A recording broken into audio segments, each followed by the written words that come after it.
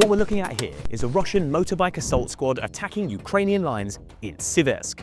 This may look like suicide, but is in fact a survival tactic, with the Russians consciously sacrificing armour for the sake of speed. In fact, these Mad Max tactics are now thought to make up around a quarter of all Russian attacks, and the trend is very much upwards. Which begs the question, why are the Russians doing this? How do motorbike assault tactics work, and are they effective?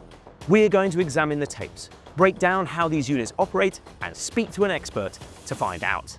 Russian motorbike units are all a little bit different, but they tend to follow a similar pattern which goes something like this. Each unit consists of between 6 and 16 soldiers. They are typically light infantry, armed with a rifle or shotgun each, and perhaps a handful of heavier weapons like machine guns and grenade launchers. These troops will be mounted on between 6 and 8 motorbikes, with up to 2 men on each bike, 1 driver, 1 passenger. The bikes are typically lightweight off-road enduro bikes, which are similar to motocross or dirt bikes. One of the most popular is the Sharmax Sport 280. It costs about $2,500, has a top speed of 75 miles an hour, and while the company that makes it is based in Dubai, the bike itself is built in China. In terms of defenses, if the bikes have a passenger, he will act as a gunner. His role is to shoot anything that attacks the bike convoy, most likely a drone. Drivers are also trained to shoot on the move, so in theory, they can act as their own gunner if they're alone. But in practice, this is rare. One man in the squad will usually be equipped with a drone detector. This is a little box which beeps when an enemy drone is nearby. The closer the drone, the faster the beeps. 2 or 3 people will also carry drone jammers. Mounted in backpacks or on the bike itself, these protect the unit if any approaching drones get too close. 3 antennas broadcast powerful electronic signals which interrupt the connection between the drone and its pilot. The hope is this causes the drone to veer off course and crash, leaving the men untouched. But the main defense of the squad is speed and stealth. These bikes are small and hard to spot and are designed to move fast across rough terrain. What a bike squad is hoping to do is get through Ukraine's defenses so quickly that they have no time to react. Once they're through, the bikers will dismount, grab their weapons, and then continue the attack on foot. If we go back to the tapes, then we can see all of that in action. Here's the motorbike squad preparing for their attack. You can clearly see the kind of bikes they're using. Small, lightweight, and with chunky tires for grip off-road. You can also see the troops riding them are lightly armed, with just an AK rifle each. Before the attack begins, Russian artillery hits the Ukrainians to force them to take cover. While they've got their heads down, the motorbike troops take off across no man's land. You can see they're riding flat out, using speed rather than armour to overcome Ukraine's defences. In just a few moments, they're across no man's land and into the tree line on the other side. Once there, they drop the bikes and continue their attack on foot. You can see they make it into Ukrainian trenches, and pro-Russian Telegram accounts claim this assault was a success.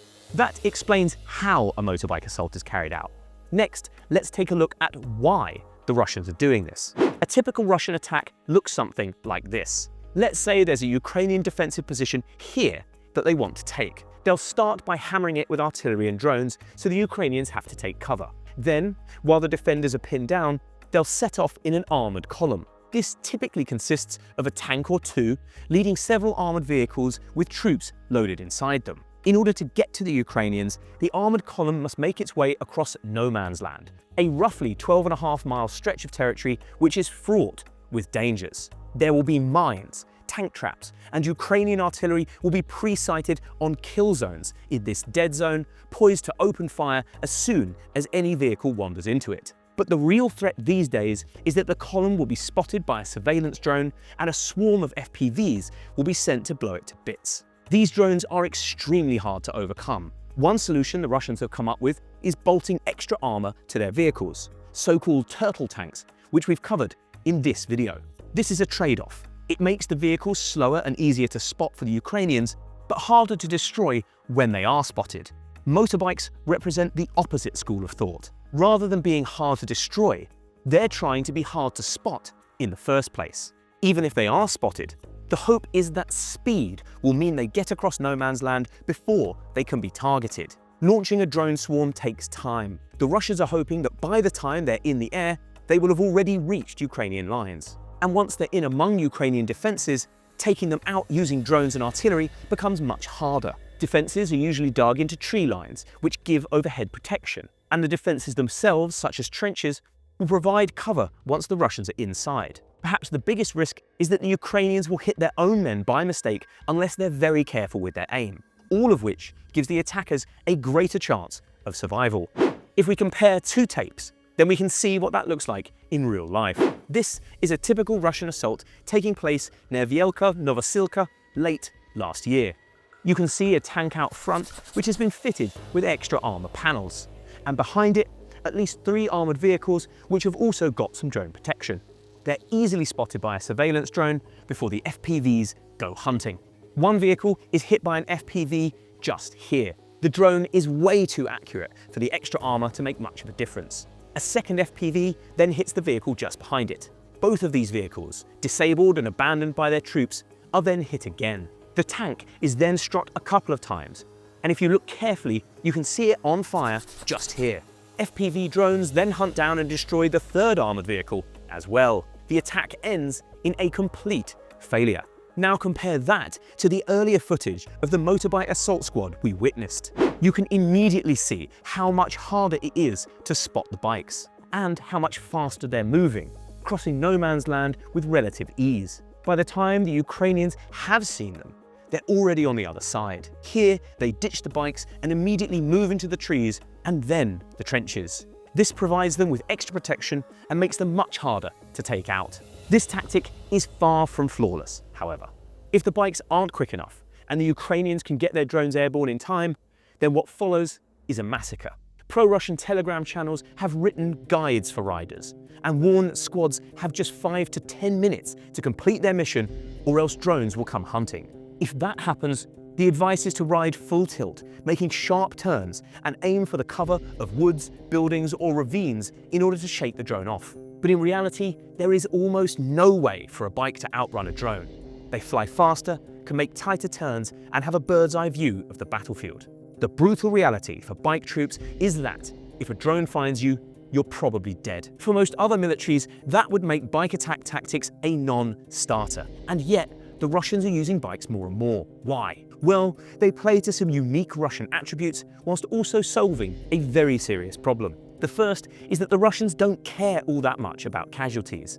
In 3.5 years of war, an estimated 1 million Russian troops have been killed or injured, and the fighting continues regardless. Second, despite those horrific losses, Russia has no problem recruiting into the military because of the life-changing sums of money troops are offered. Third, and perhaps most importantly, Russia is running out of the armoured vehicles it typically uses for assaults. Ukraine says Moscow has lost 23,000 of them since the start of the full-scale invasion.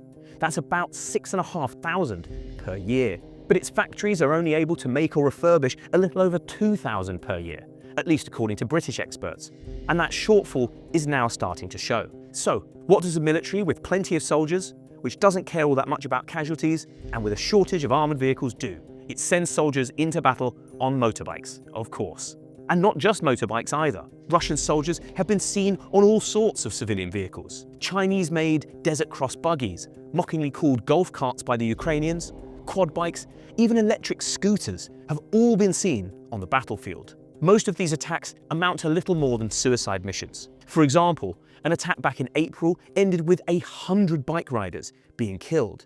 And the following month, Ukraine said it had killed 90 riders during a single assault. But not all of them fail.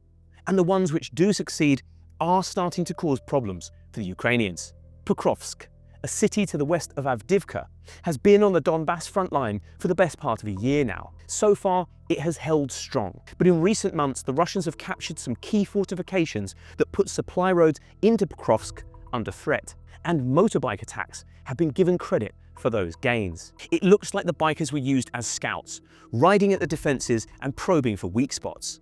Once they found a poorly defended stretch of the line, they dismounted, and launched an attack. They were then followed by heavier units like tanks and armoured vehicles, which could advance confident in the knowledge they weren't going to be targeted. As a result, Russia is now rolling out the tactics more widely. A number of training schools have been established to replenish the ranks of riders who are killed. And elite units like paratroopers have been shown rehearsing for motorbike attacks. There's no doubt these tactics are brutal and bloody, all but guaranteeing a gruesome end for their riders. But when they do work, they're effective. And unless Ukraine can find an answer to them, it's likely they'll lead to more territory being lost.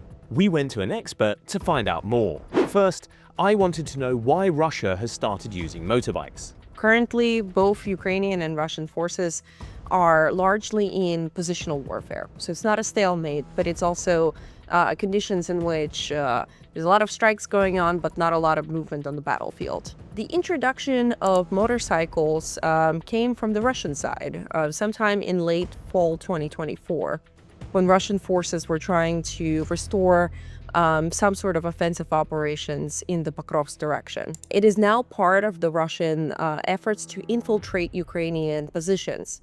And I think the most vivid example of that was the recent infiltration of the Bropilya settlement, which was in the Pokrovsk direction, something that Ukrainian forces had indicated that they repelled.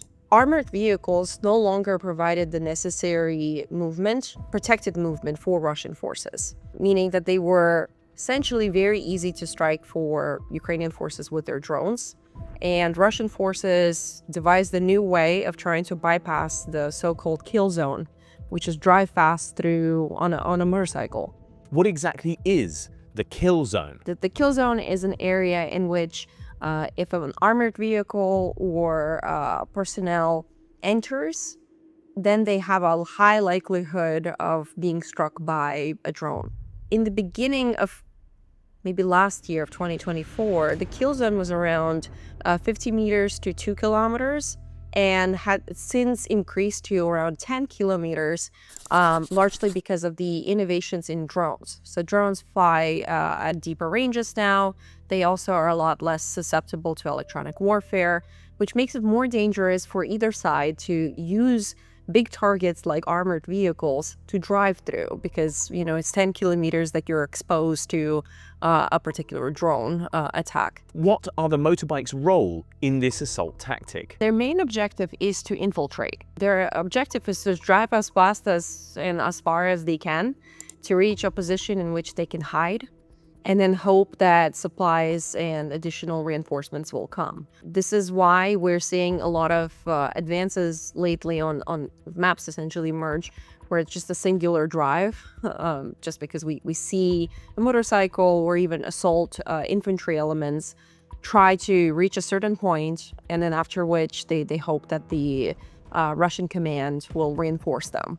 What we do need to understand is how the terrain plays a role in enabling some of these motorcycle assaults. Russians had been increasingly using motorcycles in directions like Pokrovsk or Western Donetsk Oblast, which is essentially mostly fields, right? So straight fields, no mountains, some water features, but mostly fields. The conditions are a little bit different because, you know, it's not the same as the heavily dense fortified positions, especially in Western Donetsk Oblast, where most of the offensives have been, as we imagine in World War I. It's positions that are held by drones, no people a lot of times, and the question is who can get to the side that doesn't have nearly as many drones, right? Who can pass the kill zone? Ukraine also has an advantage. It has a very sophisticated technological backbone. So all of the drones are coordinated through different softwares. So they do have a better, I guess, picture of what's going on the battlefield. Are these motorbike assaults effective? Yes and no. I mean, they are effective in restoring some sort of maneuver on the battlefield. Now, they're only successful if there are reinforcements present on the ground immediately after. You can infiltrate, of course. Infiltration tactics are not new. You can only control your positions if you are able to bring additional reinforcements to protect you and form that sort of, flanks and so on. In the case of Dobropilya, the Russian infiltration was not successful because Ukrainian forces were able to cut off the Russian supply and fundamentally encircle some of the Russian troops around. We're seeing the same situation happen in Sumy Oblast, where Russian forces had complained that they've been encircled by Ukrainian forces in near Stavky, also because of the Russian infiltration tactics failing. They are trying to do the tactics where someone drives and then immediately after that there's these meat grinding assaults that, proceed after. But so far, it seems that Ukrainian forces have been able to repel a lot of these assaults, because they're not just happening in western Donetsk Oblast, they're also happening across the entire front line. How is Ukraine trying to counteract these assaults? Their countermeasures really come from technological innovations. So Ukrainian forces are testing and fielding some AI ML powered drones that can fly faster and also operate without a drone operator. So essentially the drone operator doesn't have to chase the motorcycle. The drone itself can lock on a target and pursue that target until the end. So we haven't seen those be used at scale, but we've seen a lot of indications from Ukrainian defense industrial base that this is something that they're considering to do as part of the anti-motorcycle capabilities, but also in general to innovate the battlefield, especially in conditions of electronic warfare, where electronic warfare can jam drones that fly on radio frequencies. What does the use of motorbikes tell us about the state of the Russian army? Russia gets these motorcycles from China. They are a lot cheaper than armored vehicles. And we know that Russia lost over 5 mechanized divisions worth of armored equipment in 2023 and 2024 when pursuing assaults in the Pokrovsk direction. Not only is this innovation part of a response to drones, but it also is an innovation in response to the Russian defense industrial base not being able to catch up to the armored vehicle losses that Russians had sustained in pursuit of small marginal advances on the battlefield. Motorcycles and also have a less steep of a learning curve than learning how to drive a tank, for example, because you could essentially teach regular infantrymen how to ride a motorcycle. The dynamics I would love to highlight here is, number one, the role of China, the increasing role of China in providing dual-use equipment for Russian forces that are enabling them to advance even marginally on the battlefield is concerning. And then number two, the kind of reverting to less sophisticated tools on the battlefield. What does this tell us about Russia's lack of armored vehicles? The Russians did sustain significant losses in armored equipment. And in fact, we have been seeing them use armored equipment in two ways. Number one is they drop off Russian infantrymen close enough to the front lines so that infantrymen can either pursue motorcycle assaults or do this on foot, advance on foot. That's one. And then two, provide artillery fire. So use them for artillery fire far from the front line. I think that Ukrainian forces could have a significant advantage if they had an ample amount of armored vehicles, provided by Western support, or even jointly produced with Ukrainian manufacturers and Western manufacturers. Because the question is, an armored vehicle, of course, is a lot more of a protective shield for personnel than it is, than the motorcycle. And I think that's why Russian forces have seized upon this tactic a lot more, is because for Russian forces, the loss of personnel is not as important as it is for Ukrainian forces. We've seen this with meat grinding assaults throughout this war, that Russia doesn't really particularly care about protecting personnel. Lastly, what does this all tell us about the technological race in this conflict? Motorcycles are not new, right? Like, we've seen the use of motorcycles on the battlefield for a while. The technological cycle in Ukraine is so fast that, within 6 months, we've seen tremendous changes to battlefield to air interdiction campaigns. We've seen changes to the effectiveness of electronic warfare. 2023, everyone thought that electronic warfare was kind of the golden ticket that will solve everything, but it's becoming a lot less effective because of the innovations to drones and autonomy of drones. So that is all to say that, we might not see these motorcycles be effective over a long time, just because of the nature of the technological innovation cycle. That's where this tape stops, but we'll be back soon to play you through another episode of War on Tape. Hey everyone, thanks for watching.